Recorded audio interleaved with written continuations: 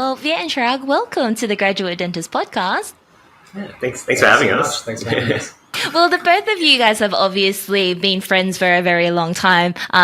I've known of the two of you for a number of years now, but it's always been a package deal. It's always been Viet and Chiraag. And I guess for our audience and our listeners who may not be as familiar with the two of you and your journey and this dynamic duo relationship, I guess could you guys give us a bit of a rundown of how it all started? Yeah, sure. You go way back? Yeah, we go way back. Let's go way back, eh? We go way back. Yeah. We actually went to the same primary school together. So, Oh, no way. Yeah. Yeah. Unfortunately, we didn't actually speak to each other at primary school because I was the nerd and Chiraag, he was the jock. So Chiraag was on the oval and actually getting vitamin D, and I was in the library watching Round the Twist. I don't know, you're probably too young to know what that I know Round the Twist. Oh, Yeah. okay. So that was our primary school days, and then we sort of crossed paths again in uni. We got into dentistry in the same year, and we go, "Oh, you look familiar." Yeah.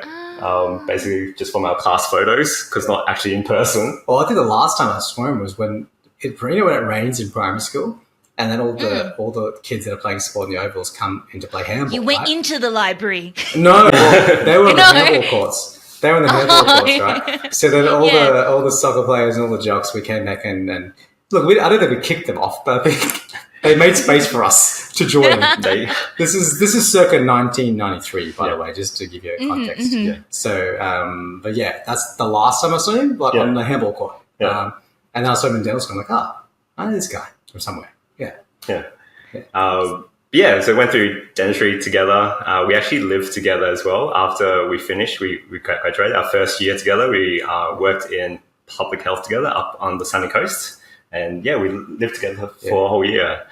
And then after that, we sort of parted ways. We thought that we shouldn't, be attached for the rest of our lives. So we should, and then I worked at a practice at Wellington Point, and I think Chiraag traveled a lot, so I don't know which time you were coming back from. I was living in London for a couple of years, and this is actually after I worked with Jeff. I worked with Jeff first, by the way. And so my boss Jeff was also in the same year level. Was he in the Yes. same year level? Okay, so everyone's small world, hey? Yeah, very small world. Shout out to Jeff. So I worked at ADCC in Callanvale. I don't know if it's still called Did that. you really? Yeah. Oh, I was man. there. I should try looking for Dr. Chiraag in the books Please then. don't. Crown didn't fit. Had to rebook air bubble in impression. You guys are like, what's an impression now? So after that, I worked with Jeff as a locum because I knew I was moving to London. So Jeff was gracious enough to let me save up while I was working with him. And then so I moved to London. And when I was on my way back, after just a couple of years over there, I joined the practice that Viet was an associate at as well. And then we reunited. That was us reuniting. Yeah, and then we've been together since. It's been, 13 years now? 12 years. And I was going to say, so Viet had the last laugh because now I work for him. So guys, the old adage is true. The jock does end up working for the nerd. This is how it is. But I'm a closet nerd too, so I'm still a nerd. But obviously, there's pros and cons in both, and I'm very grateful to work with the dental project. I'm really happy. So it's I think as for all the new grads out there, there's obviously there's pros and cons in being an owner versus an associate. It's a whole different discussion, but it's a good discussion to talk about. But I think we're a good example of, I guess, where it is based on you as a person, like what you wish to do. I know that's not today's conversation, but I'll throw it out there. So, well, no, I'm actually really curious about that because I didn't realize that was what it was like. And I guess, as you said, not everyone I think what you made a comment on just then about personalities, right? And I feel like there's pressure sometimes when you graduate of like, oh, you have to do this, you have to buy into a practice, or you have to be a practice owner, you have to specialize, but that's not necessarily it. And I really like how you've kind of explored that, both independently and kind of figured out what works well for you guys. And clearly it works because after all these years, you're still working together. I imagine it works well, right? Yeah, actually, you're right. It's actually a good place to start because well, you hinted it there. You said like there's a lot of pressure. And I think that's what I can start off by saying to all the new grads out there. I totally understand and validate the pressure you're under. It is a lot of pressure. Dentistry's, like, I think that one of my favorite sayings, dentistry's hard. Yeah. Full stop. That's it. That's it. Hard. I say it on the podcast all the time Yeah, as well. yeah. It's such a powerful statement. Hey? Yeah. So there's a lot of pressure to be something and to like you said, to be a practice owner, to be a gun at a certain type of dentistry, to be a specialist. And that's where a lot of our conversations come in this is a bit later, maybe in the talk, of just finding out kind of who you are first before letting kind of the world dictate what you need to do. Maybe spend some time, with yourself, just figuring out what you want to do. Yeah, I think we've kind of set the tone for what today's topic of discussion will be. And this is something that I'm genuinely really excited to have the privilege of talking to the both of you about, because I guess this space of just mindset and mental well-being and just knowing yourself is something that I'm really passionate about as well, and I think we really stand for on the Graduate Dentist, and we try to be an advocate for the students and the new grads. And when I was talking to Viet just a little while ago, I was like, yes, I feel like this is the perfect partnership, because I love the things that you guys do. I guess we're getting perhaps a little bit ahead of ourselves into our conversation, but continuing, I guess, about your journey and what's brought you guys to today.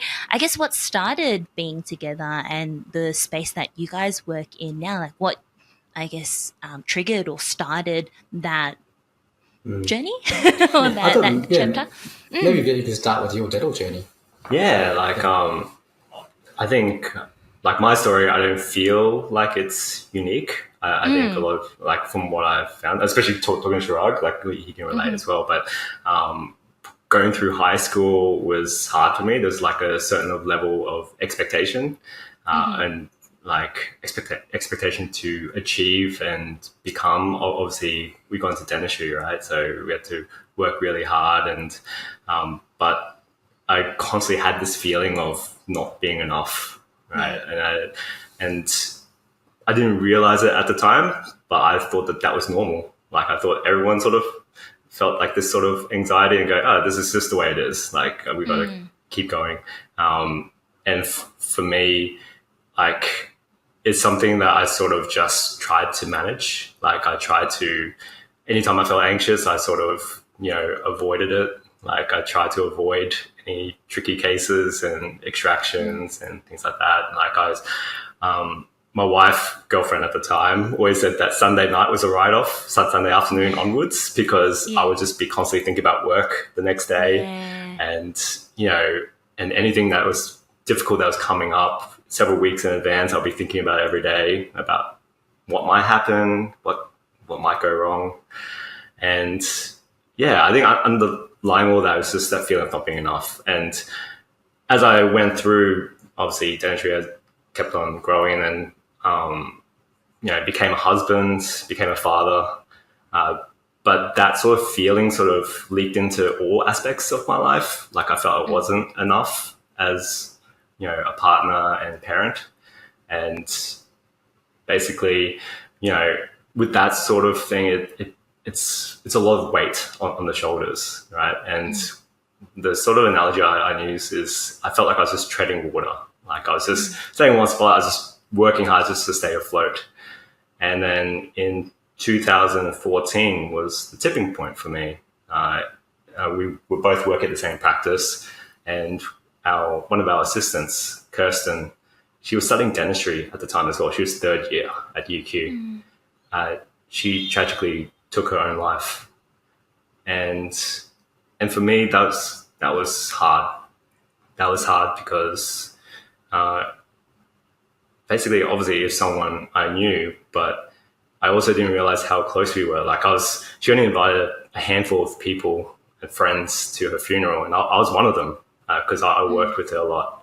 And I didn't realize the impact I had on her, like, after talking to her family. It was one of the reasons why she did dentistry herself. And so I just felt that I let her down, like, as a friend. I was already felt like I was letting patients down, for letting wife and kids. And then just that on top, like, I started to feel like I was drowning a bit. And then the next year, 2015, like I said, I became an owner of a practice, which wasn't the best time for me. Like, it was just another weight on top of that. And I went from treading water to feeling like I was drowning. Like, I was just, there were days I'd come in and I'd tell my manager to cancel it and I'd just go home. Like, I just couldn't make it through the whole day. It's just so much weight on my shoulders. And and they were dark times. Like, I was, there were times where I truly questioned, the whole point of it all. And, just being here. And I was lucky. I was lucky that I found the strength to sort of move past that. But that required a lot of work, not just by myself, but also seeking help as well, like reaching out. And, it's an ongoing journey, right? It's never ending. Like, when you work on your mental health, your mental well-being, it's not something that it's once you get it, you're done. It's like when you go to gym, your physical fitness, you got to keep it up. And so that was a part of my journey up until, obviously, Chiraag's story will continue on with that. I think that's, obviously Chiraag will go into the reason how we got to this point. And the reason why I'm so passionate about it is just the feeling. Just looking back, I just go, like, it could have been so much better if I reached out earlier to anyone. But then to have someone there to sort of help guide me through it. Like, I know the community you've created is amazing, Erica. Like, we didn't have that at the time. Did we even have Facebook at the time? I think so we were like isolated. Like, we were on our own. Like, we were playing Snake on our Nokia 32. Yeah, we were like just to give you guys context of the generation. So so it was hard at the time. I think we're sort of lucky in this world that there's avenues that we can sort of reach out. But I think for us, like, now is hopefully using that as an opportunity for us to share and sort of help others, so that they don't have to go through or understand that what they're feeling is normal at the time. Like, not feel like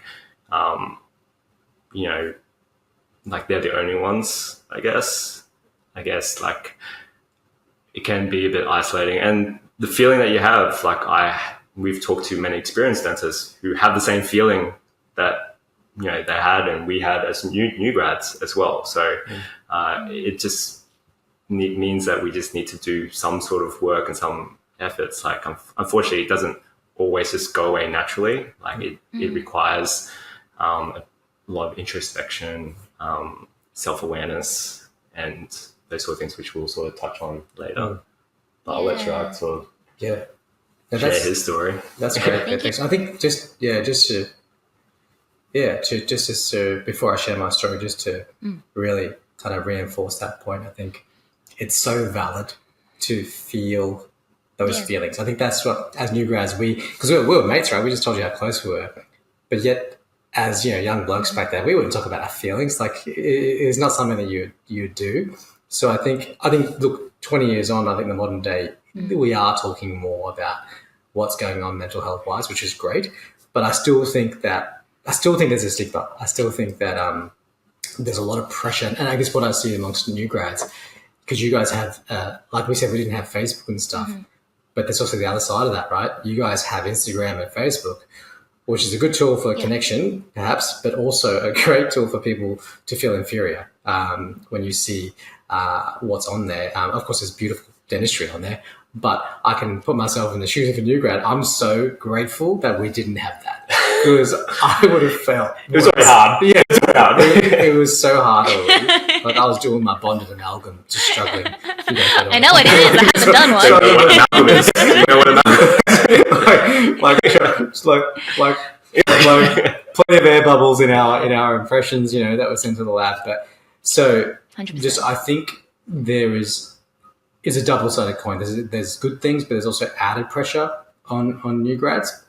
I think, so if I could just, before I start, just saying, hey, like, kind of like don't forget to see the bigger picture and say, yeah, like I said, dentistry is hard and it's kind of meant to be. Like, it is hard for the first few years, and to not be so harsh on ourselves. I think our dental personality type, perhaps, I'm just putting it out there, maybe might be a bit hard on ourselves. I think maybe a few people can relate to that, just a smidge. But so yeah, before I share, I just wanted to reinforce what Viet was saying, that it is so normal if you're a new grad out there listening.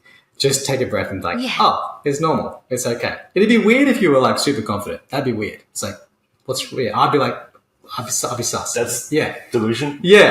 I'm like, if you're a new grad, you're like, oh yeah, this thing's easy. I'm like, oh, I don't think you really realize what you're putting yourself into. But of course, there's exceptions. But anyway, so my story, similar to like, growing up in an immigrant family, like we're all first generation, immigrants. I think a lot of people out there are first or second generation immigrants. So that was my story, coming to the country with nothing. Growing up in a beautiful home, but a lot of, pressure to be a successful, I had three choices: doctor, lawyer, dentist. Yeah, that's pretty much it. I think a lot of people might relate to that. And I chose dentist because it was quicker. It's like 5 years, get the title, done. No, I'm joking. But what happened to me was when I came to the real world, I was in for a rude shock, because although academically I felt comfortable, but clinically, I wasn't as comfortable. Like I was a bit more of a slower learner. So I was in for a rude shock. Like when I came to private practice and had to do surgicals on my own, I was working kind of in a single chair, kind of 2-chair practice, and I was on my own a lot. And I never really kind of, certainly now when I think back, I kind of look back at that young 22-year-old going, that's a pretty good effort. But at the time, I was suffering quite a lot. And then you throw in your normal life stuff, you have your relationships, your little first love breakup or whatever it is that I went through. And I say it so easily now, but at the time, of course, it was a big deal. So yeah. So going through like the stuff outside of work combined with work, I was struggling, but because I was that high functioning, anxious kind of personality. So I'd always been high functioning. And I think it was the hit from getting straight A's or straight distinctions was enough to keep me going. But then in real life, the hit wasn't there anymore. Like, because initially, getting your first paycheck, that's lovely. But that hit doesn't last very long, because you realize the mountain that's in front of you. So that started to creep onto me. And then I did find myself then probably deteriorating, I think, like mental health wise. And being a 22, 23-year-old, I started to kind of suffer. So I go to the car in between patients and I'll just sit because I needed a moment to myself. And I found myself doing that more and more, and not realizing that this wasn't normal. And then, look, I'll be honest, I kept that high functioning thing going for 10 years. So the first 10 years of my career. Didn't tell anyone. I think a lot of people around me wouldn't have been able to tell, like, oh, he's got his stuff together. He looks like he's a dentist. He's doing his own thing. But to be honest, I was like, like above the water, I can't, but under the water, my feet are like, paddling pretty hard. So, of course, that wasn't going to be sustainable. And it was actually the same moment that Viet mentioned in 2014 when we lost Kirsten. That was a moment when it hit me probably, it was the straw that broke my back. And I at that point, I was like, because I was working with Kirsten on Saturdays and it really hit me. And I was like, it was more because I could relate to a lot of the stuff, though that mental health kind of theme, I had a lot of that going on within myself, and it made me, it was a mirror up for myself to have a look at myself. So that's where my story has a nice happy change. So at that 10-year mark, I actually made a decision. So Viet was very brave. She made a decision to buy a practice. I went the other way and I quit dentistry. So I actually, so it's good in a way that we can share these two different avenues, and then we came back. So I actually decided, I had three choices: buy a practice, buy a house, or quit dentistry and go traveling. I was really choiceless. Like, it was always going to be quit. And I bought a one-way ticket to the Far East and to the to India, and that's not the Far East, is it? Yeah. But India. I went to I bought a one-way ticket to India, and I told myself I'm not coming home until I sort this out, because I was feeling very unfulfilled with life, and I got really lucky. So it took me 18 months. This journey, I told myself if it takes 1 year, 2 years, 3 years, or 5, I don't care. I'm not coming back to Brisbane or Australia until I feel comfortable with this thing that was niggling at me. And long story short, I got really lucky. So I got given a lot of like random gifts through synchronicities and through people and events and circumstances that actually taught me a lot of the tools that I needed to be able to come back. So I'll share that later. But about a year and a half later, I flew back to Brisbane, and within a day I was working with the dental project again, because I actually needed someone. So it worked out really well. So I then came back to the dental project, and I started applying the things that I learned. And I still do to this day. It's not like a finished product. Like, I started applying it, but it was night and day from when I left to when I came back. And that's kind of how the beginning of what we do together happened, because we both shared stories. I'm like, holy smokes, this is really interesting, because we both did opposite things. We did different journeys, but we learned the same things. I guess this moment, made as us I create said, in together. 2014, when Kirsten passed away, was a really pivotal moment for the both of you. And she was obviously someone that you guys both saw as a friend, someone who you knew well. Did you see it coming? Like, were there signs? I guess if you don't mind me just asking about it, and did you guys, I guess the way that it affected you so like impactfully, and then you both went on your separate pathways, like, did you guys ever have conversations, or was it after you went on your separate pathways that you then came back together and then realized, oh, this is how we responded to this situation? I kind of just wanted to, I guess, get insight into how your relationship with one another was during this time period.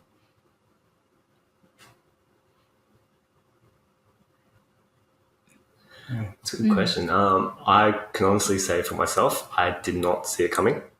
She was, and from the people that I spoke to, no one saw it coming. I don't know if you did. Obviously, I didn't work with her as much towards the end. Like, I spent a lot of time with her at the beginning, but then when she went to uni, her hours changed, so I worked a bit less with her. She was like, I don't know, like, for me, looking at her, she had it all. Like, so she was like really positive, really happy, go lucky. Everyone loved her energy. She, in uni, she was getting 6s and 7s, so she was achieving really well, like doing everything great. She was part of the social committee. Like, everyone knew her. So it just blew me away. Like, it just rocked me. It just showed me that you just never know. Like, for me, that's what I took out of it. Like, you just never know. Just looking at it. Obviously, afterwards, we didn't actually talk about it because, one, because we're guys. But secondly, obviously, Chiraag made that trip. And I think for me, like, I didn't talk to I didn't talk to my wife about it. Like, I just held it inside. And, like, I don't know whether it is being a guy, that culture, or just my upbringing, but I was like, no, I just got to work through it. Like, I just got to put up with it. I don't want to talk to anyone else about my problems. I don't want to hear from anyone else. So I just put my head down and just kept pushing on. Obviously, soon after Chiraag left, so we didn't really talk that much anyways, because he wasn't even around. So it wasn't until we came back that we sort of discussed it. And then essentially when we started doing this, like, and then we go, when was the tipping point for you? And then we realized that was it. Like that's when we realized, that was big for us. Like, it was that week. But yeah, I don't know if you want to share like your thoughts with Kirsten at the time. Yeah, no, I mean, no. I don't think I could see it. Which is I think kind of an important point. Like, how I mentioned high functioning. A lot of people, doctors, lawyers, finance, like high stress professions, and people, all people, it's hard to know what's going on under the surface, which is why, and I think this is a little side note with mental health stuff, which is why it's nice to check in with each other, check in with your close people, just the whole "are you okay" thing, but a genuine check-in, like, "Hey man, how's it going?" And I think we do that well now. I think as mates, I think a lot of like the younger generation, you guys are pretty good at it, I think. But I think it's a good reminder to check in, and you never know. I think it's just a reminder, like can we all just we're all in this together, you know? Like the world's very competitive. It's like this whole like hustle culture, like be more, like be better, build more, make more money, have a bigger house, all that stuff. It's like I don't know. I think we're here for something else. I'm really grateful, like really thankful for the both of you, I guess, being so open and sharing this story. And I think, as you said, there are so many aspects of it that aren't unique and I think are a lot more common than we realize, but we don't realize because we don't talk about it. And I kind of had that suspicion, even when I asked you that question about, did you see that coming with Kirsten? I'm not surprised because I think that's usually the way it is you never know, right? You asked me just before we started recording, actually, about, where am I at? And I said that, I'm in my 3rd year now. And I think for me, like the typical grad journey is that your first year is just, I don't know, your first year goes by in a blur. You're just so busy and just getting used to full-time work. And I really want to dive into this a little bit in more detail a little bit later on, but just you're getting used to full-time work. And then in second year, I give like my year's themes. And I think first year was just establishment. It was just establishing myself in a new city, establishing myself in full-time work within the practices, within new friendship circles and everything. So it was all new. And then second year felt like comfort. It was just getting comfortable in my practice, getting comfortable in my friendship groups, getting comfortable in the city. And then I think I was doing a lot last year and people were like, how are you doing so much? And I said, it's just purely adrenaline. And I said, I know this isn't sustainable. And I think this is what you were saying, Chiraag, about it just being high functioning anxiety. I'm like, I know it's not sustainable, but it's driving me at the moment. And then I think with the new year, for whatever reason, everything I think started catching up on me. And I made a post about this recently on my Instagram as well, where I said that I feel like throughout this year, 2025, for a lot of the people that I've spoken to have felt like it's been really chaotic and just it's been so much has gone on. A lot of us are feeling burnt out. And I said, I myself have had multiple instances of feeling burnt out, of crying at reception, of just, being upset over things, not feeling myself at work, being like, I just want to go home, right? And then reception saying to me, Erica, that's not you. Like, you never say that, right? Being a lot more just impatient with my patients or just a lot more curt. And I was just like, this isn't myself, isn't who I want to be.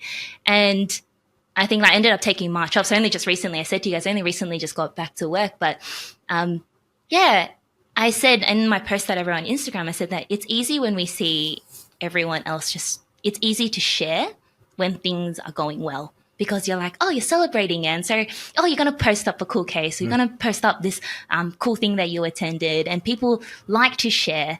And they're happy. Like when you're happy, it's easy to share. But when there's a lot going on, it's easy for all of us just to slip under and just to go quiet. And I think that's the tendency that we all do, is that we just go quiet and we don't share. And that's how things go under the radar. And that's how we don't realize what's going on with everyone, is because you just don't speak up, right? Exactly. Mm-hmm. Exactly. It's so well said. And it's funny because you asked, how did being together start? Yeah. And it's exactly what you just said. Yeah. So we had a Christmas party and a dentist started sharing some things with me. And I then went to Viet and I was like, hey, I think because like you said, we don't share this stuff. I'm like, why don't we just do some dinners just for the providers? Because obviously the Christmas party is like everybody, but just for the providers, so we can actually tell each other about not only our wins, but our losses. Yeah. And we can share about how, just talk. It doesn't have to be like a clinical day or dinner. It can be like, can we just share about how we're feeling? And we're like, hey, that's what I needed as a new grad. And so that's actually the original idea, was actually dinners between providers to talk about how you're feeling. That's what being together started. Is that right? Yeah. It's actually something we haven't done it as much with work, but what we have done with our own friendship group, like we catch up. There's four of us, and we always catch up on our birthdays. And every time we catch up, regardless of what time, how late it is, we make sure that we go around and we just check in. Each person gets to share where they're at, how they're feeling, what's been going on in their life, what's good, what's bad. And and it's just been really good. Like we've been doing that for a few years now, and it's been amazing. Like we just create that space where no matter if it's 11 o'clock at night, you're sharing something, I'm listening, and we're here. Like, and we will support and do whatever we can. Ultimately, it starts with us. Like each person, it starts with creating a safe space by being vulnerable yourself. Like to share those times where things aren't going right. Like you said, like you did yourself. It's like going, hey, this is okay. It's okay to not feel great today. Like that's normal, right? And then so that you can encourage others to come out and go, you know what, I don't feel great either. And then that's okay. And when that happens, you don't realize it. But when you actually say it, the weight gets lifted. For some reason, I don't know, like when you just tell someone, like that's all it is, right? When, if someone goes to see a therapist, all it is just saying what's on your mind. It's just letting it go. And that's just powerful, like just creating that space where someone can actually open up. And not that we have to do anything. We don't have to fix it. We don't have to do anything. We don't have to do this and this. It's just about, how are you feeling? That's it. So I know that was a really long discussion, actually, on all of. There's a lot that comes with leaving university and properly adulting that no one really prepares you for. As a new grad with an income and newfound responsibilities we don't know what to do with, managing finances can be really tough. That's where JS Medical and Dental Finance comes in. Specializing in financing options tailored to medical and dental professionals, JSMDF is a completely independent broker dedicated to finding the best bank and lender for your unique situation.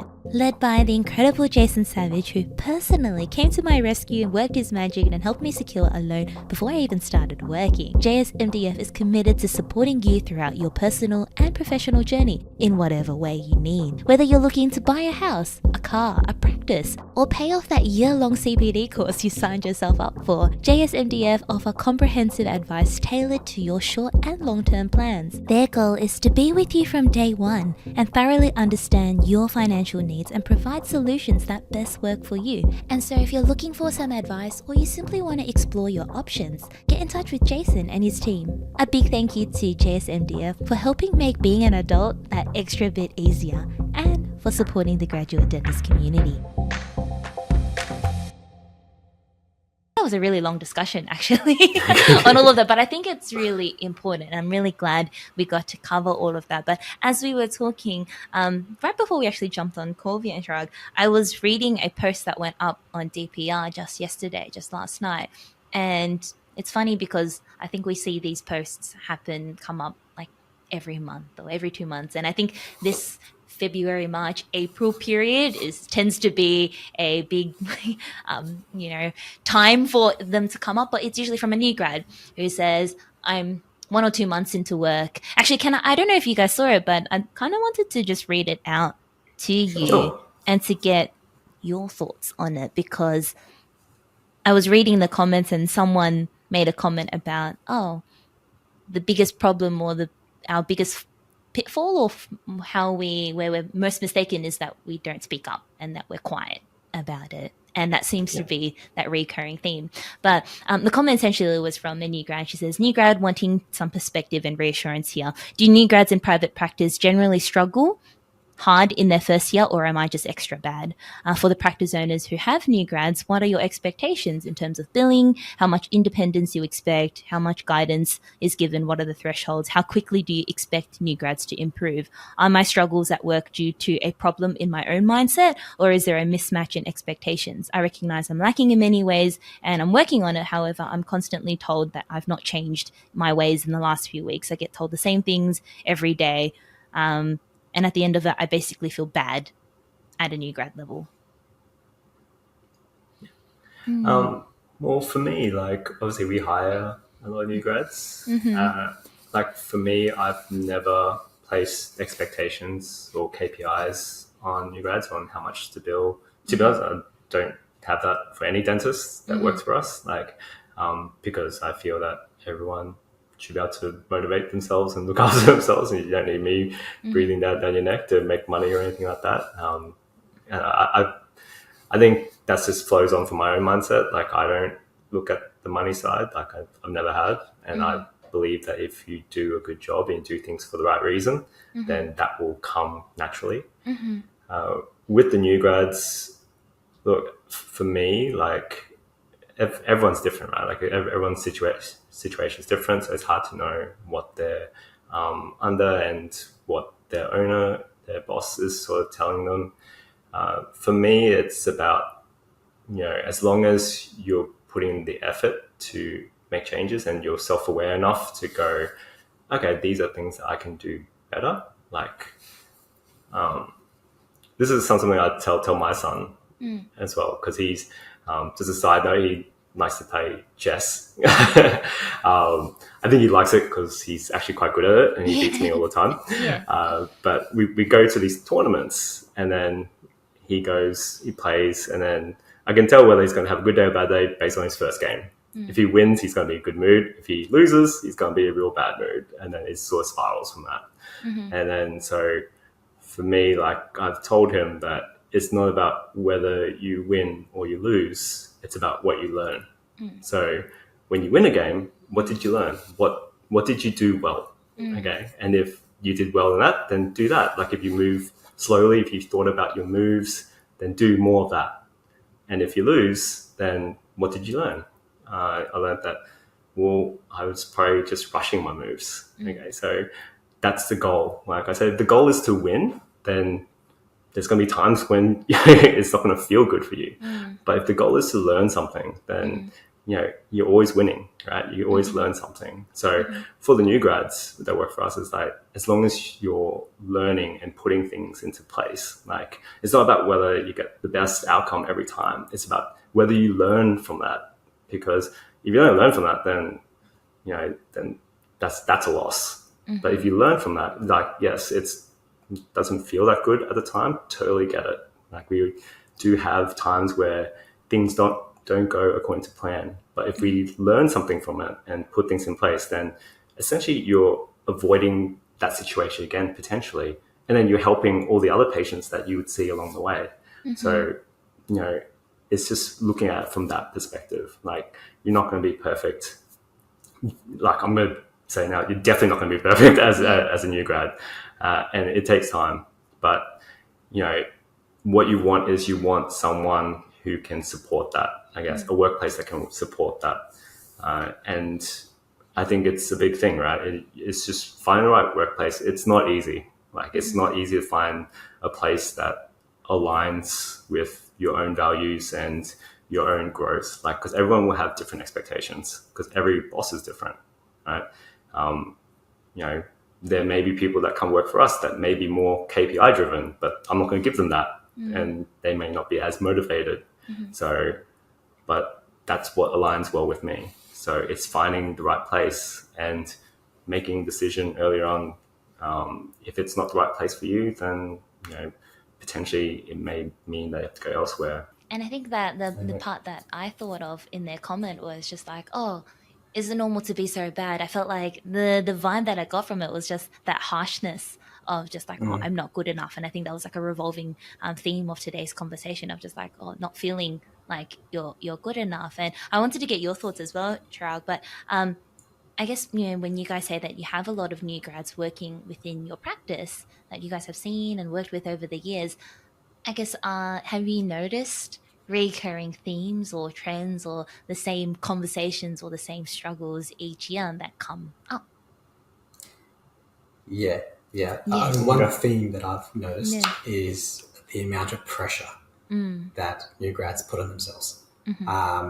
It's so interesting because we didn't, again, because of social media. So I think But the example I give is that I feel there's this pressure that they've got to be doing everything. They're like, I've got to be pumping implants in, I've got to be doing veneers and cosmetic dentistry, I've got to do the perfect surgical, I've got to do ortho. I'm like, this particular new guy, I said, how long have you been out for? They're like, 3 months. I'm like, that is delusional.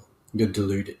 And I said that with love. Yeah. I was like, and I had to, I've spoken to more than one new grad, so there's not one person, but the theme is this extremely unrealistic expectation on themselves. And I do believe the cause is their peers. The peers, sometimes owners, but the peers and the community on social media. So it's not anyone particular. It's the beast that is social media. So I think there is a level of delusion around what you're supposed to be able to do. So, for example, like our Viet's co-owner, Mel, most beautiful dentist ever. I love Mel. She is, 25 now, 28 years practice? I don't know how many years, but... She's about 5 years older than us. Yeah. Before she would do implants, she gained 15, 20 years of surgical experience in her own practice, and then did a 2-year degree, master's, and only then started putting implants. So that's the example I give. I'm like your owner didn't just pump implants in 3 months out of uni. Now, of course, I do say there's exceptions to the rule. There are some very talented people who can do that, and that's awesome, and I'm envious. But that's awesome, right? But the general, median person who's a new grad, I think that's extremely unrealistic. So that's the pattern I've seen is very, very off the chart, unrealistic expectations on themselves. This is such a cliche, but you got to crawl before you walk, and you got to walk before you run. They're like Usain Bolt. They're like they want to do the fastest ever run. And I don't think I think the cause I've discussed, but I think the solution is good old honest conversations with yourself and your peers and say, hey, can we just drill a good MOD filling first? Can we just start with the basics, prevention, communication, which I think we will get into in a sec. 100%. Work on these core foundations. And I can just throw all the cliches out. You don't build your house on sand. You need a solid foundation. So if I can say to the new grads out there, please take your time to get some perspective. It's a marathon. It's not a sprint. It's a long life. So you will do all of it. If you want to do cosmetics, implants, and all the fancy stuff, that's great and that's cool. But I would say, and this is one of the important points I wanted to make, deeply look at your agenda. Why is it that you want to put in implants? Why is it that you want to do cosmetics? Is it because you want validation, approval from your peers? Is it because you want to be good enough? Is it because you want to set up a financial future? Or is it because you want to serve the patient? And I would ask that question to myself deeply, because I'll give you a hack for being an awesome dentist. If it's the last one, serving the patient, I guarantee all your wishes will come true. If the agenda is to deliver the best quality dentistry, not for the Instagram photo, but for the health of the patient and for that particular patient, because you got to make it bespoke for each patient because everyone's different. Then I'd say you've found a winning formula. So I hope that can help ease some of that pressure on the new grads. Yeah, I feel like the pressure, I agree, social media, but also on each other. I feel like just your friendship groups. I know of a new grad, this is a few years back, they were 1 or 2 years out, and then they're already looking at obviously doing implants, and they're saying that they were going to do either implants or ortho. And I go, why is that? Why so quick? I'm not forcing you to do it because obviously it's very beneficial. You bring more income for me as an owner, but I just want to know why? Why is it? And he said, because just in their group of friends, it's considered that if you don't either do ortho and implants, then you're not a real dentist. And I was like, I don't know, does that mean that I'm not a real dentist? It's like, I'm pretty sure my degree says otherwise. Like, I worked pretty hard to get there. And we've all worked pretty hard to get there, right? Like 5 years, it's tough. It's tough going. I think we all deserve to be considered as dentists, right? Like, we're worthy of that, regardless of whether we do the ortho, the implants, full mouth rehabs and things like that as well. So so I thought that was interesting. It's like, oh, we're just doing it to each other now. Like, it's not just social media, it's our own friendship groups. It's just that pressure that we have on each other. We sort of, sometimes it can feel like you're one-upping each other. Like, now that someone else is doing it. We're very lucky in our friendship group that we're, of similar sort of vein and mindset, that we don't have that sort of feeling. Yeah. If anything, I think maybe we're the other way. We might have been a bit too relaxed. So I think it's good to discuss these things in balance. So please know that there's a disclaimer in that. Of course, it's awesome to grow. Of course, go for it. But it's your agenda. That's all. Like, we're probably too chilled. We would take days off so we could play PlayStation. This is who we are. But I think there's a balance in everything, and I think it's just what I'm observing is not balanced. It's completely skewed to too much high pressure, and I genuinely wonder, like, just is it serving the patient? I'm just not sure.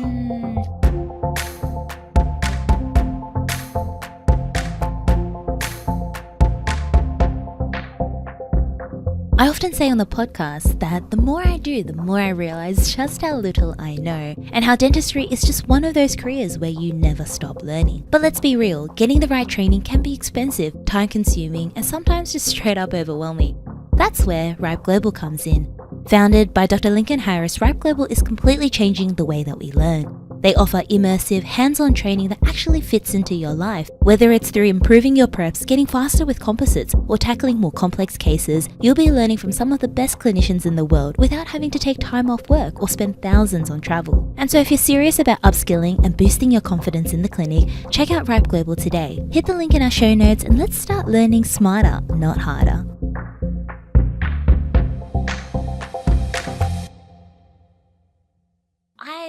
I really wish, to all our listeners, I really want you just to like rewind the podcast like 4 or 5 minutes and just listen to that segment again. Because I think what you said there, Chiraag, was so powerful, where you're like, just stop for a moment and ask yourself like what your agenda is.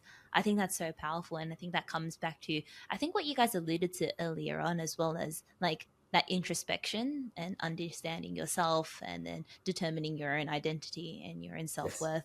You mentioned before, Viet, that for a long time you kept struggling where you felt like you weren't enough, and you had alluded to that there was that turning point where you did a lot of work and you kind of figured out your own self-worth and everything. Can you share a little bit about, I guess, those thought exercises and that introspection, I guess, questions that we can give our listeners to do some thinking and some self-reflection themselves, figuring out what exactly is your agenda in dentistry?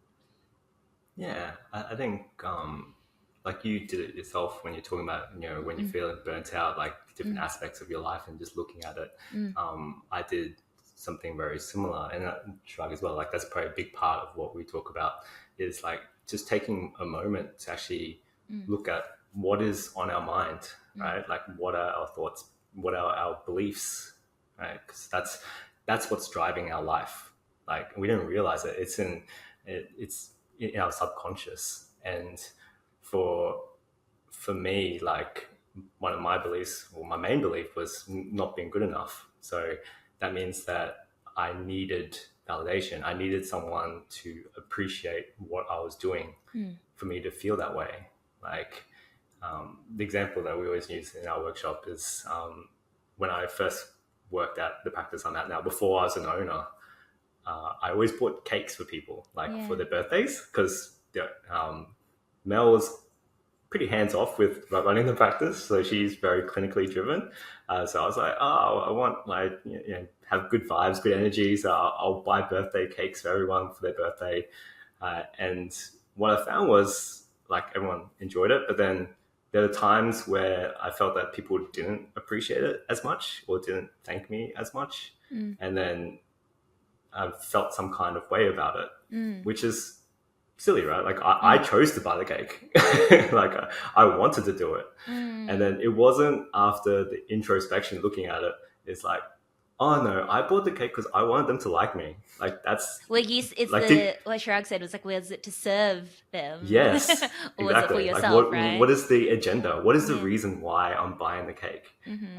Am I actually doing it because I want to celebrate them, or am I doing it because I want something in return? And at that point in time, I wanted something in return, and that was game changing for me. Like I didn't realize it until after and now I realize I'm doing nearly everything. I'm doing like everything. Like the people pleaser in me like just came out. I saw that. I go, like I'm doing all these things. I'm sacrificing myself for others just so that I can get their approval, and I want them to like me, so that I will eventually feel enough, and then I need them to fill my cup, right? And so on the flip side, now that we've learned all this stuff and built the sense of self-worth, that I can validate myself. Like I feel worthy enough that I can fill my own cup. I don't need you to fill my cup. I can. Like we still buy cakes now for you buy yourself everyone's cakes. birthday. Yeah, and they'll buy it. And if people don't like it, that's cool. That's all right. Like I'm doing it because that's what feels right for me. Right? Like that's what I believe. And because I think that you should have a cake for your birthday. We should celebrate it.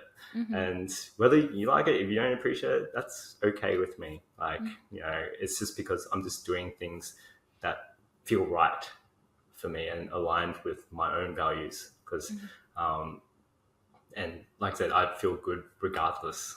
I feel good when I do it, not when I get something in return, or if I don't get something in return, I feel different about it. So I think that's a big point with agenda, intention, and I think that was game changing for me, just that whole sense of self-worth and looking outside. And I think it's a big part of dentistry. I find like obviously when I said that thing before about the new grad wanting to do ortho and implants, it's just that feeling of being worthy enough to be called a dentist, right? Like amongst peers. And that's the thing, like just sitting back and just going, why are we doing this? Like, why are you wanting to put yourself out and invest so much money and time into something? Like, is it actually for you? Like, and that's why I asked them, like, is this for you? Like, is this what you want? Not what friends or anything like that. Is this what you want? Look, it's a bit difficult. Being human, we're born into a world where it's very outcome focused. That's kind of what we've been born into from primary school. Be a good boy, be a good girl, be good at this, be good at that, get straight A's. It's always been external. Like, no one ever said like, I just want you to have a good character, and that's it, and that's good enough, But I do wonder, why is that not being taught? Why are we?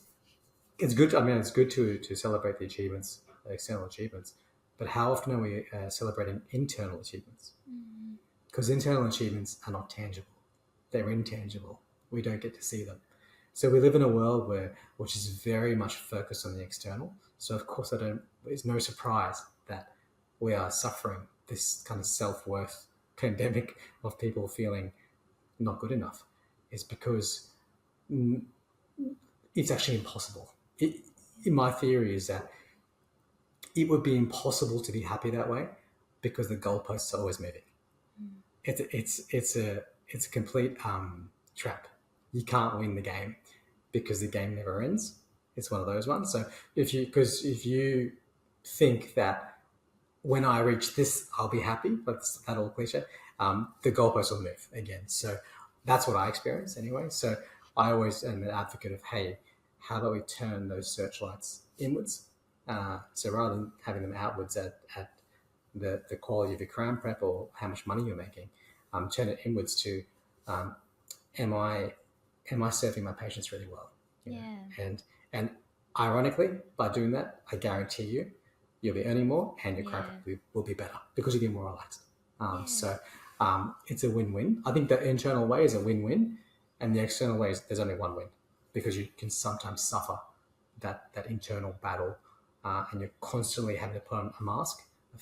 When you go out of your house, you're constantly putting a mask on to survive this crazy world that we live in. But I think there's a beautiful hack if you can go internal and start from the agenda. And like Viet said, like if you're self-validating and filling your own cup, there is no game. Like you've already won. And then you just get to be present, and that's a lot more enjoyable as a dentist, to be present with your patients and to get to know them as people and build good relationships, because we love talking about building relationships with your patients and your staff as well.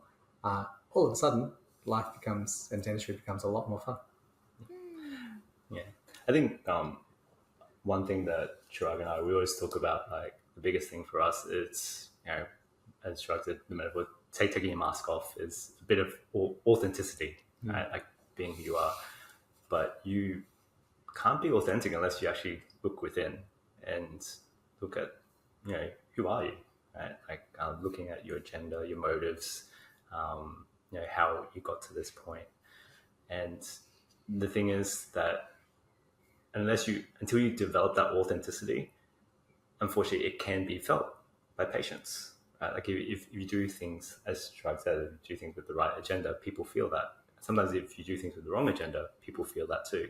That's where people, sometimes patients can say that it feels a bit salesy. Yeah. Right? Because you're trying to get something from them, as opposed to what we're saying is if you be authentic and build that trust with patients, then it goes from getting something from them to doing something for them. Mm-hmm. And then when patients feel that, then they go, yeah, I will do that crown, I will do that smile makeover, because you're doing it for them, because you're doing it with the right reasons. Like, it doesn't mean that when you do things for patients, that means that you don't make money or anything like that. It's like, it's rooted in just fulfilling what they want and what they need. And sometimes the step to get to that is they just need to trust the person doing it. Right? And they need to feel like you care about them. Yeah. Like, I think the biggest thing for me is like, when we talk about relationships, like we want people to feel seen, heard, understood, accepted, valued. And that's what patients want. Like patients just want that as well. So if you can give that to them, all of a sudden they feel a feeling of trust, and then feel like you're doing that for them. But you can't do that without doing the work yourself. You can't fake that. That's the thing. Like, you can't fake caring about someone, because people feel it. Like, you don't realize it, but there's something that you're doing that you can't see that's giving that feeling off, and people can read that, right? Like, that's just how we're wired. We sort of look for, we're wired not to trust. Like, I don't trust mechanics, and people don't trust like dentists, and so we're sort of looking for it, like, But if you can truly create that feeling in someone that, no, like, I really do care about you, I want to look after you, then all of a sudden they go, okay, what do I need? Just whatever you think is best, let's do that. And I get it time and time again. Patients come in and go, what do you think is best? And I say, a crown. Okay, let's book it in. That's it. Mm-hmm. No hard sell, no nothing. Just say, what do I think is best? Because they feel that I'm looking after them, like I'm doing what's best for them. Mm-hmm. And so they will do all that. And I think that's something that's different from the communication courses. I know we're talking about communication as well. A lot of it's sort of focused on, how to present the treatment itself. But for me, the way that I look at it is like, there's a layer underneath that. And that's just trust, because if patients trust you, then it doesn't really matter how you present it. But if they don't trust you, you could present it so well, super well, like however you're taught, but they're still not going to do it because they just don't trust you. And trust is hard. Like, it's really hard. Like, it's you've got to be really intentional with it, and that comes from knowing yourself and why you're doing things.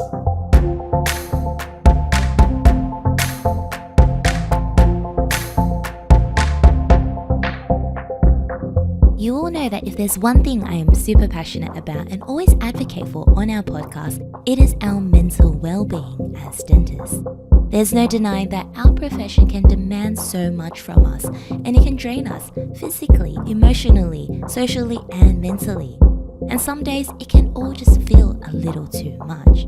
This is where our friends at Dental Practitioner Support come in.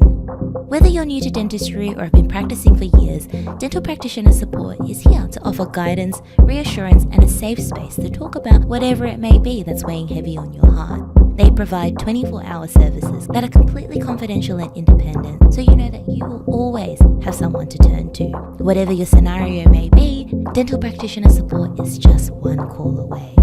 And so, in case you ever need it, save the number 1-800-377-700 or visit their website at dpsupport.org.au. Remember, as we say time and time again on the podcast, you are never alone, and we really are all in it together.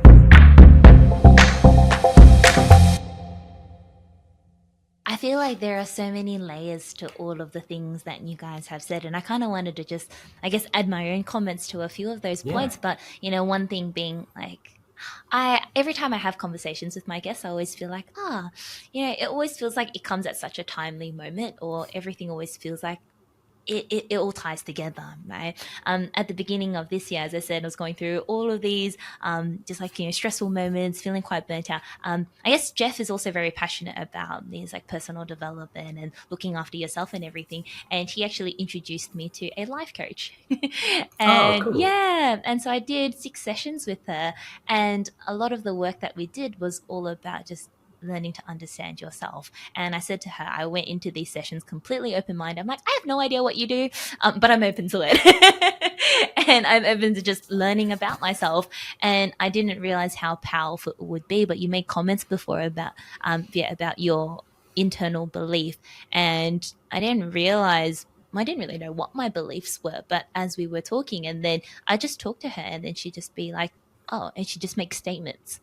And like, it was just putting, I guess, my words or my thoughts into statements. And she's like, these are all belief statements. These are your belief statements. And she's like, belief statements are what drive you, but they don't all necessarily serve you.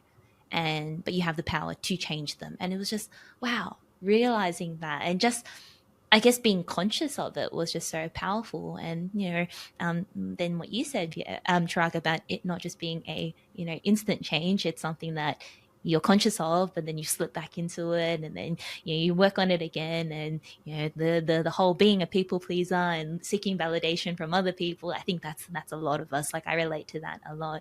The second thing I wanted to say was just, you know, this all theme about serving our patients. I think in the last 4 or 5 episodes, every single one of my guests has come back to that same point. And I'm really glad that every single one of you do, because I think sometimes that gets lost. Or that gets lost in social media, that gets lost in CPD courses, because it's all about the clinical side of it. It's all about the nice Instagram photo. It's about, oh, look at my hand skills, look at this. But you forget that, hey, there's a patient on the other side of it. And what's all of that if you don't have that relationship with your patient and you're not doing what's right for them? So I really value that. I think that's my favorite part of dentistry, is the relationship you have with your patients.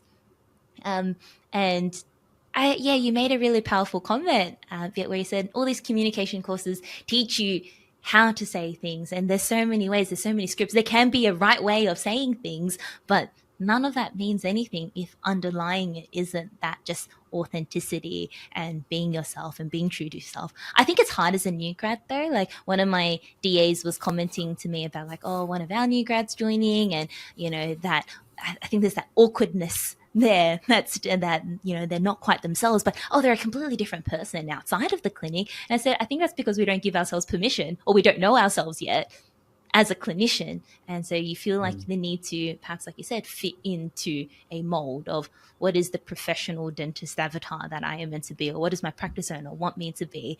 I think something that, you know, probably took me a year and a half or so, and like more so now, where I'm like, I'm comfortable in the clinician I am, or the kind of dentist I am, and you give yourself permission to let your personality come through. And when your authentic patients feel that, and then everything else just flows on, it becomes easier. You don't necessarily need scripts and need techniques to get your patient on board, right? Absolutely. Yeah, I think that's for me. Like, I think that's what I struggled with earlier on. Like, I felt that, as Chiraag was talking about masks, I think people feel like as a dentist, you need to wear a different mask to who you are outside the clinic. I have seen that in new grads as well. Like, they just turn into a different person once they walk in that room. And so what I've done in my own life is like, I've created like more alignment. It's like, for me, it's less mentally draining when I'm the same person outside of work, when I'm with my patient, when I'm with my family. Obviously, a few less swear words with patients, but who I am is very, very similar. Like, I'm very casual, and I think it's for them to see me as a human being as well, to know that, this is who I am, and and I think it's what helps with my assistant as well, because they see the same person outside and inside. So they're not confused as which one's the real you. Like, if they see two different people, go, who is fake? Is it the person being nice to me, or, so for me, I try to be the same person. And it helps me anyways. But obviously that isn't easy, right? Like, because you just don't know. One, you don't know who you are. Like, sometimes you haven't done the work. But two, you're also trying to fit in with who you think you need to be as a dentist as well. Like, how do I need to portray myself for the patient to sort of, for them to accept treatment, go ahead with treatment. But clinical tip for new grads, something that I wish I knew. Sorry. Something I wish I knew in terms of this topic is, because I didn't know who I was rushing as well, like with my treatment planning. So I thought a nice little tip that just came to me as you guys were talking, when you're treatment planning as a new grad, buy yourself time. Just buy time by, say you do your photos and you do all that stuff, you collect all the data, and then it comes to a presentation, and you can always book the patient back. I always think that's a little tip that I wish I knew earlier, is book them back for like a second consult, so you can really tune into being present with yourself in that part of the appointment, so you're not so overwhelmed. So just a little side tip that just came to me as you guys were talking is, just buy yourself time. I was going to say that's a really good point. Like, that's something that we've spoken about in our workshop for our new grads. It's like, to build trust with a patient. Right? One of the most important things is you need to trust yourself. You need to have that trust in yourself that you can do it, and you don't trust have and that believe. I know it's hard, right? And this is the difference, right? And this is how, unfortunately, it comes across, right? Like, when you don't have that trust, like, and trust. The other trust is you need to trust in the treatment, like they actually need it. And so when you're doing it on the fly, like when the patient's there, it's hard, right? You're trying to reconcile in your head, and you're just unsure. You're even unsure if this is the right treatment for the patient, because it's a big treatment plan. So what Chiraag said is amazing. Like, by booking them back in, you give yourself time to actually process it. Like, go, okay, this is the plan. You break it down and go, okay, let's say it's a big case, you're doing full mouth rehab, you're doing 6 crowns, or the smile maker, you're doing 6 crowns. You go, I can do 1 crown. So 6 crowns, like, it's just that 1 crown over and over again. So I should be able to do that. And then talking to the owner, mentor, like asking them, like, based on what I can do, like, do you feel it's possible and achievable? And then hopefully they say yes. And also, like, make sure it's not outside your scope, right? And these are all things to help build that trust in yourself, but also making sure that it's the right treatment for the patient as well. So once you have that, then it means that when you present it to the patient, you present it in a different way, because before you might present it from a place of doubt, right? There's doubts in your mind, and it's just sitting in there. And what it does, it comes out. It comes out through our non-verbals. Like, they say up to 93% of our communication is non-verbal. So we can't actually see it. Like, we think we're saying all the right things, but it's coming through our body language, our tone, and things like that. And so the only way to fix that is to know yourself a bit better, and trust yourself a bit more. Of course, as a new grad, a lot of you and us as well, we don't have experience, with crowns, and so it's hard, right? Because you need to get experience to build that trust in yourself. Then now there's a cycle, right? Like that means I'm never doing crowns because I've never done. So to break the cycle is you need to do crowns to begin with, and to do that is to understand the types of communication that may look like you don't trust yourself, like habits you have, such as waffling on, speaking fast, not giving eye contact, not being clear with what's happening, what is needed. Sometimes the habits that, sometimes I have habits like, filler words, ums and ahs, like I have that as a habit. But to a patient, it may be read differently, right? It may be read as, oh, you actually don't know what you're doing, or are you confident that this is what I actually need?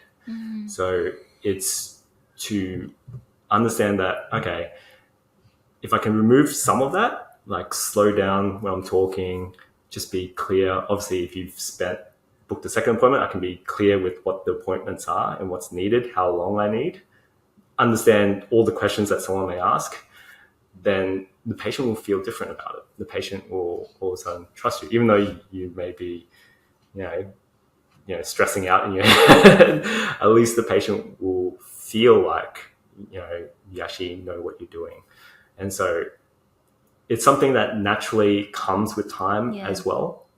But to begin with, you just need to understand that, or be open to the fact that we're giving off that vibe, right? Because technically when a patient comes in, whether it's an experienced dentist or a new grad, they don't know what your dentistry is like, right?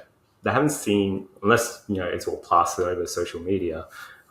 In our place, not really. But so when you go see someone, the only time that they'll be able to tell is if the new grad looks like they're in high school because they're so young. But outside of that, like, it's how you communicate. That sort of tells the patient, oh, this person sort of knows what they're doing. So it's about, okay, just understanding communication a bit and how it may look and be perceived. And if we can sort of correct that for the time being, and then you get experience, and then naturally you will actually get to do more of it, and then it will come out. But in the beginning, you have to be a bit more intentional. Yeah, I think that's so true. Actually, what was really funny is just yesterday I was working with one of our new grads, and I think I'm in such a just incredible position where I get to work alongside them, and I'm only two more years ahead of them. But I was watching them do a consult, and we were just talking about how, like, our patients make comments about, did you just graduate? And I said, I think it comes less so from the way, obviously, the way you look is part of it, but I think what comes across even more so is the way that you present yourself. Because if you're confident, even if you look young, they don't really ask that. And it was so interesting because I was watching them, and you pick up on those cues that you don't necessarily realize in yourself, but it's obvious to someone else that's listening. And I think it's just, as a third party perspective, you get to watch that, and it's the ums, it's the ahs, it's the waffling, it's the lack of confidence and conviction in it. But as a new grad, that's inevitable. Like, I know that I was that way. I am still that way. I'm still that way about, like, root canals, which is what I was talking to another one of the dentists today. I was just like, I think I've done like 2 root canals this year. And I'm like, it's because I don't do them very often. But when I'm talking to a patient, I don't think I'm instilling a lot of confidence in them to go ahead and doing them, right? But yeah, it goes to show that it's hard as a new grad because you really don't trust yourself to do that procedure. And when you don't trust yourself, you kind of talk the patient out of doing it.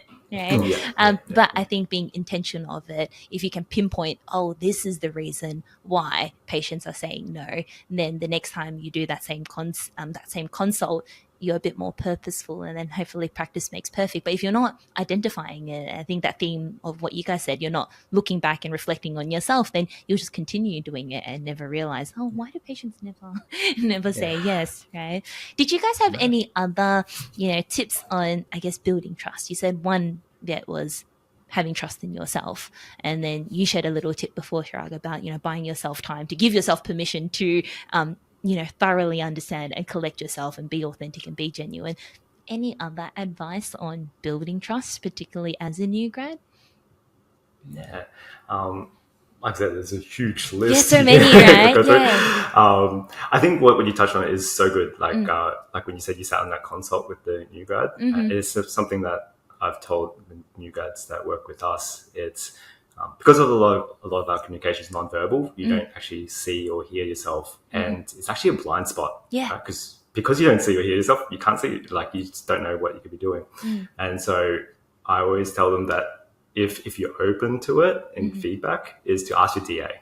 Like especially if it's an experienced DA who's seen a lot of different dentists, experienced dentists communicate, and just say to them, go, what do I this do? is what I want to do. I want to basically, can you just listen, intentionally to when I communicate with patients and see what parts of it you feel like I may communicate or may feel like I'm not as confident in what I'm doing. And and I think it's just getting that feedback constantly and then doing it again and again, because that's the only way you can improve. Because if until you get there, then like you said, you just got to keep doing the same thing, right? With regards to what we can do to improve trust, this is something that I've sort of looked at really deeply, mainly because as an owner, like I sort of want to create like a really good workplace, a really good team. And, when I looked closely at it, they said pretty much the foundation of everything is trust, right? And then I looked at relationships outside, personal relationships, it's trust. And then with patients, it's trust again. And so there's different ways of going about it. Like with regards to the team, what I implemented at our work is like a framework from Brene Brown. I don't know if you've read much of her books, but I've read a lot, and that's what's helped me a lot. And she has this framework, and it's an acronym. It's BRAVING. And BRAVING stands for boundaries, reliability, accountability, vault, integrity, non-judgment, and generosity. And so what I found was whenever there was conflict between people, one of those things is sort of broken, right? It's like someone didn't do their job properly, someone wasn't accountable, someone was disrespectful of their boundaries, right? Like, healthy boundaries is very important. And so from a team point of view, like that's the framework that we've used. And that can be applied to patients as well, right? So with patients, we're talking about boundaries is, for instance, running on time. Like that's a big thing. Like patients booked a specific time. Like this is their expectation. This is what they wanted. So when you run late for a patient, trust is a feeling. So it's not absolute. It's not like I trust you and I don't. It's like it's a range, right? But when you run late or constantly run late for a patient, then that sort of chips away at the trust, that feeling, right? Or if you quote a patient something for a treatment and then, ends up being bigger or more and you increase the price, right? Then that's a break of their boundary because they came into this appointment expecting something to cost this much, but now it's this much, right? And then that's a break in trust as well. Like these are the things. Obviously, reliability is just doing what you say you're going to do and doing things well. And so, these all add up, right? Like it's not just one thing. Trust is, we just have to work hard to build it. And sometimes if you don't build it and go the other way, it's death by 1,000 cuts. Yeah. It's like just like it keeps on adding up, right? And that's probably the framework we use as a team. That whenever things go wrong, if there's any conflict, we go, okay, what within braving has not happened? Yeah. I guess probably the only other big thing outside of braving that I would strongly recommend for trust is validation.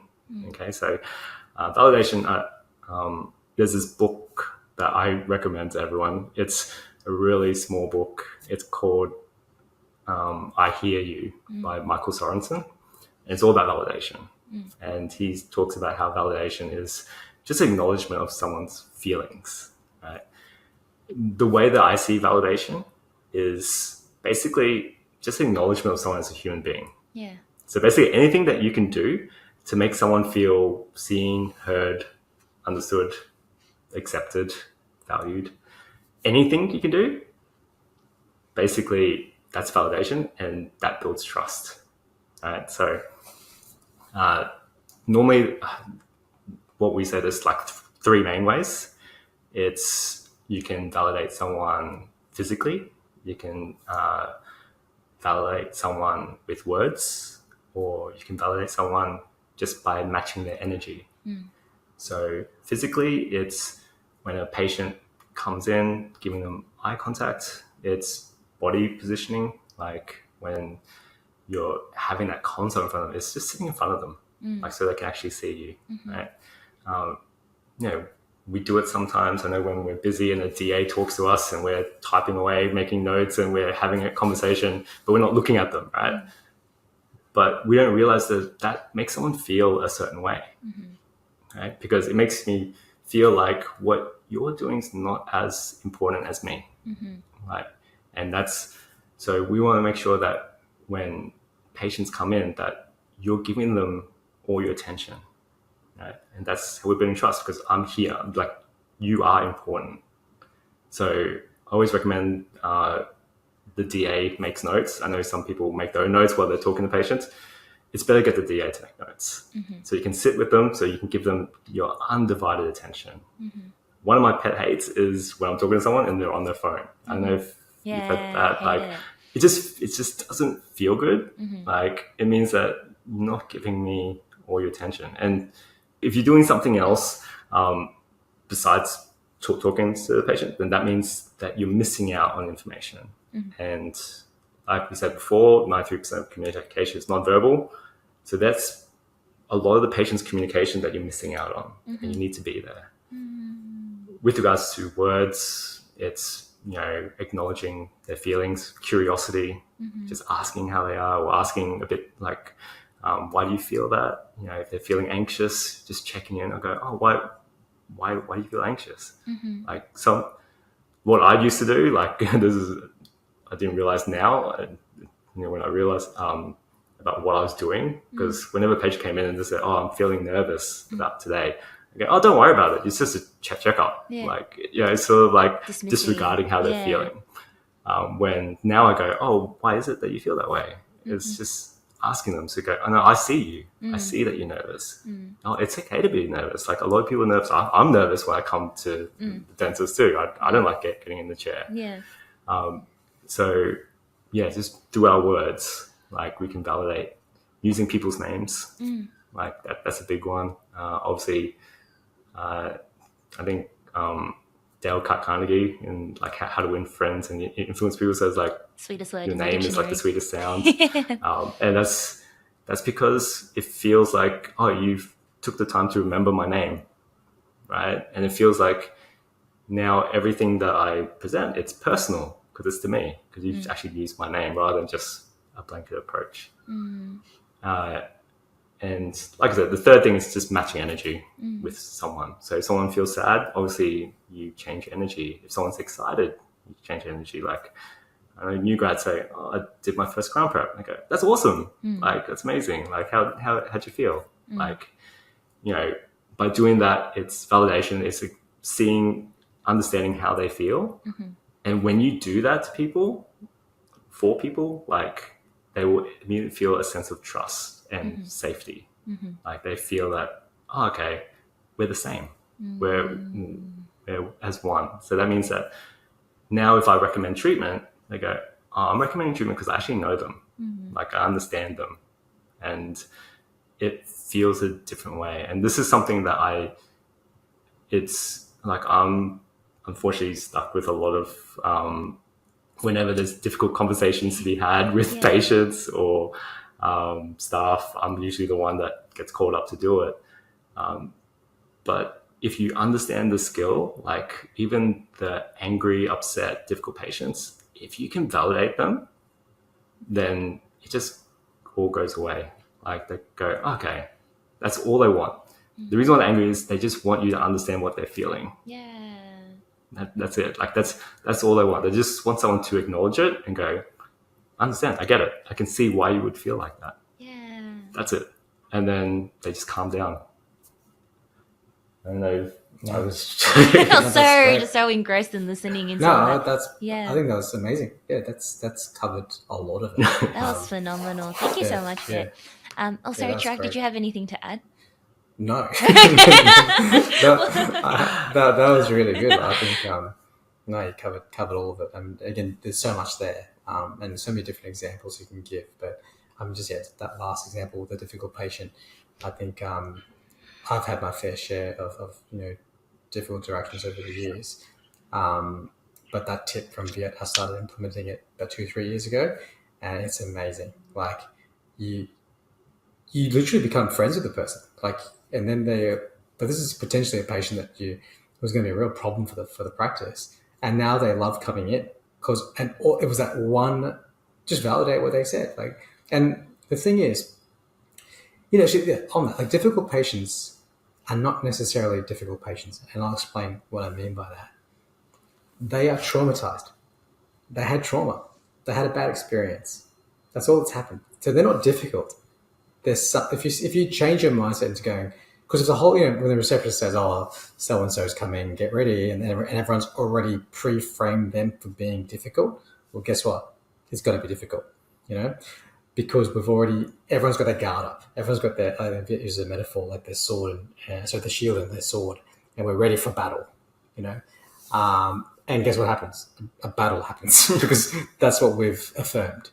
But if we zoomed out, like Viet said, and just did that one thing and going, hang on, and being curious, like leaning in with curiosity and saying, what happened, to this person? Like, what's happened? And you just literally, I've seen this. You just watch the sword and shield come down.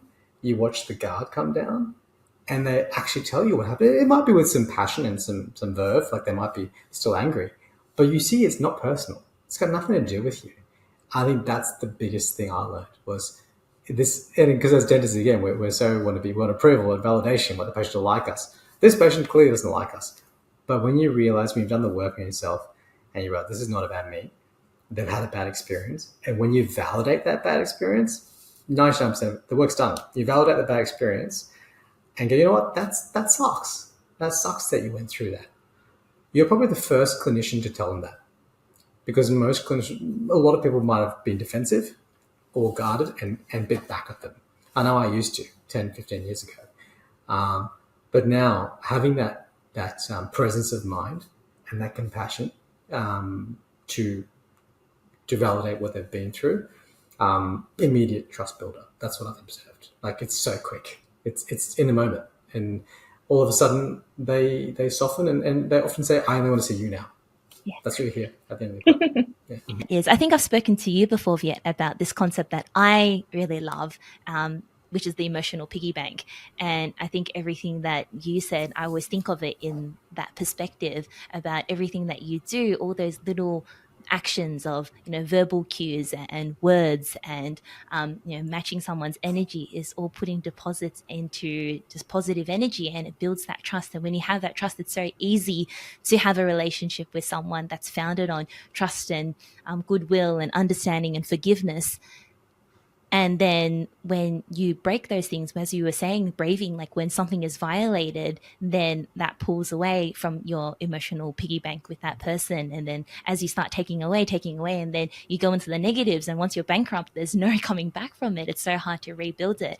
And I think particularly why I'm so passionate about it is I think as new grads in particular, it's so important to have that goodwill and that trust with your patient, because things go wrong a lot more when you're a new grad, and you really do need that buffer and that almost like cushion of a patient who is understanding and is forgiving. Because if you don't have that, when things don't go wrong and you perforate a tooth or your crown doesn't fit and you're not as cool as a cucumber as a senior dentist may be. When you've got a patient who likes you, they're just forgiving and they're understanding. And so I think that's so, like, if anything, really important as a new grad to do all those things. And as you said, I really loved your just deep dive into all the ways that we can build trust with a patient before Viet. Yeah, no, I agree totally. Like, I do believe that with that sense of trust, there is a lot more grace given, like when things don't go according to plan. And unfortunately, in dentistry, a lot of things don't go according to plan. It's just the way it is. That's why we struggle, because we want things to be a certain way. But when you do have that trust, they're so understanding.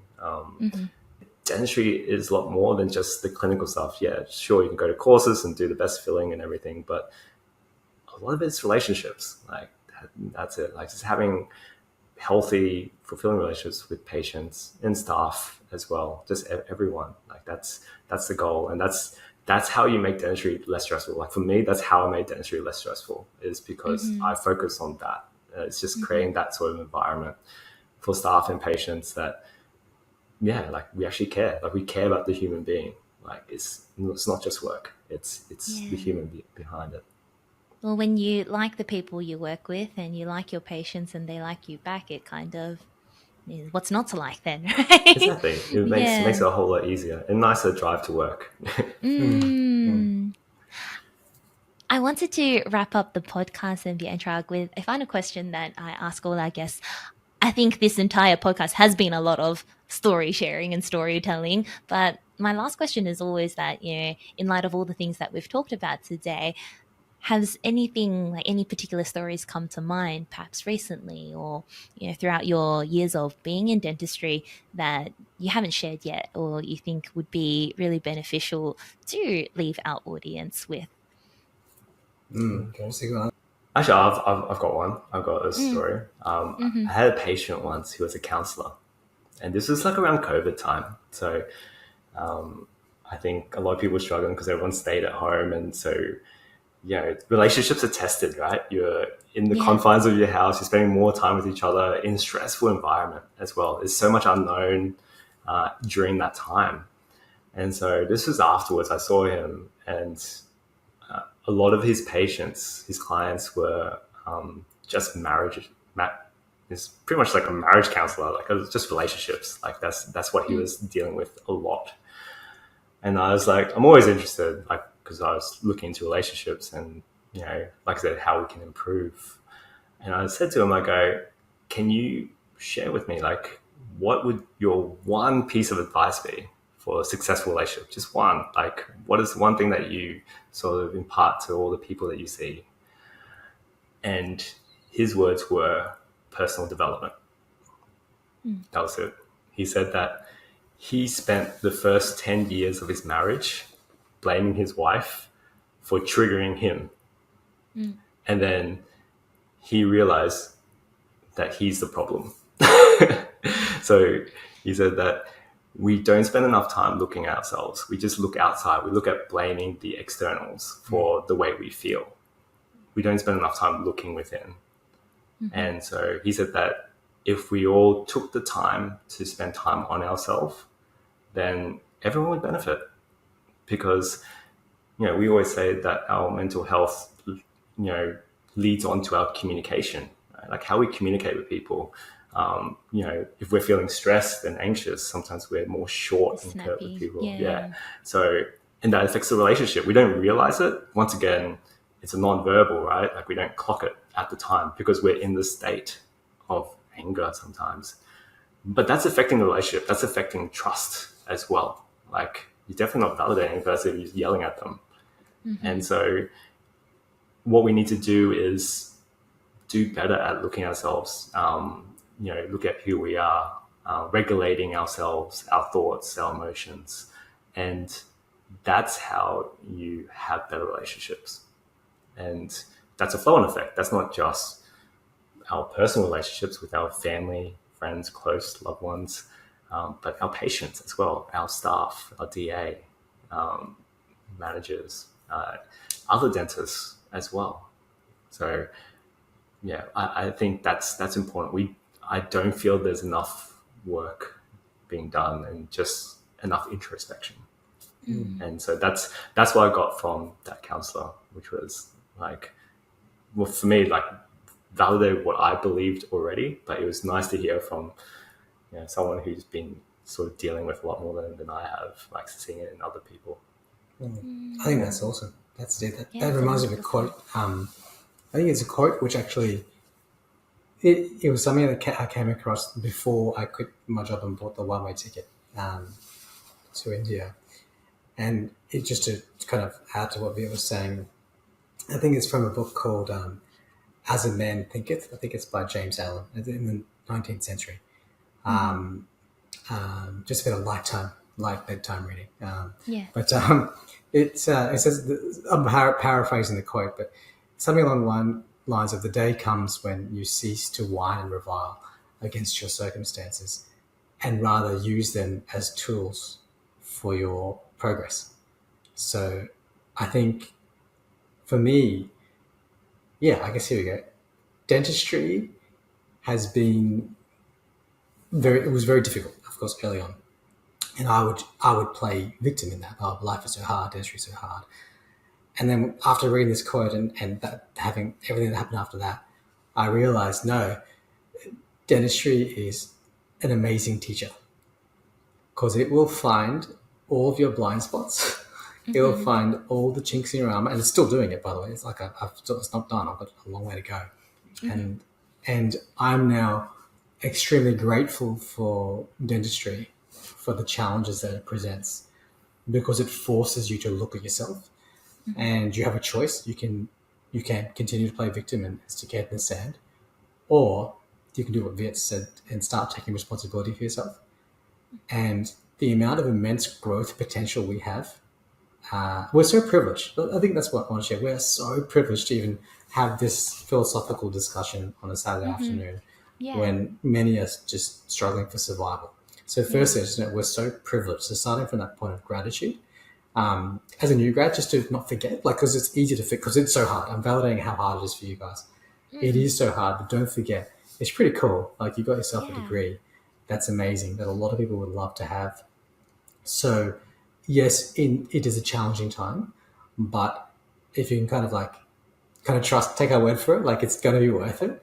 And if you can, like a shortcut, a hack is start looking within and taking responsibility for the self.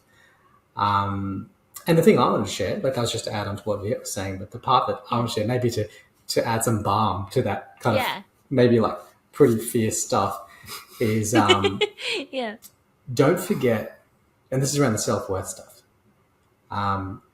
This is a message I always like to share with new grads. It's like, not only are you good enough, you always were, and you always will be.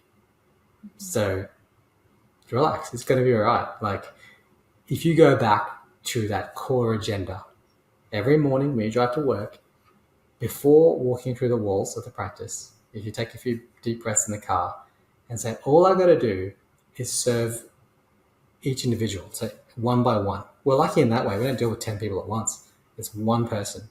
If you simplify your dental day into just serving that individual to the best of your ability, I think you'll find that dentistry will start becoming less stressful. I love that. I really love how we've almost come full circle. We started off the podcast talking very much about the theme of, your self-worth, and, Viet sharing his story about not feeling enough, and, us going on a journey of introspection, and then we dived into all of it, and then we came full circle and ended on it. I think this has been a very wonderful conversation. Clearly it has been, because we've been talking for over 2 hours. I could honestly listen to the both of you continue sharing for another 2 hours, but I do know that you have families and the rest of your evening to get to. But I'm really grateful for this conversation. I love this so much, and I really hope that our graduate dentist audience enjoy listening to it as well. I think these are good reminders to keep with us throughout the day, because it is hard, and sometimes I think we beat ourselves over it, but it is nice to have someone as an outsider who's been there, done that, who's felt the same way, who's, a number of years ahead, look back and just being like, hey, it's okay, things will get better. Right? So thank you so much to the both of you for sharing so much today. No, thank you. Thank you for having us. Erica. And thank you guys so much for tuning in to another episode of the Graduate Dentist Podcast. I really hope you've taken something valuable away from this episode and that you feel heard, you feel seen, inspired, and optimistic about our journey as graduate dentists. As I always say, we're in it together, so let's spread the word, let's share the love, send this to your friends, your colleagues, and those who are on a similar path who you feel may benefit from being part of the community. I'd love to hear your thoughts, so send me a message, and we'll see you again in 2 weeks' time for another episode.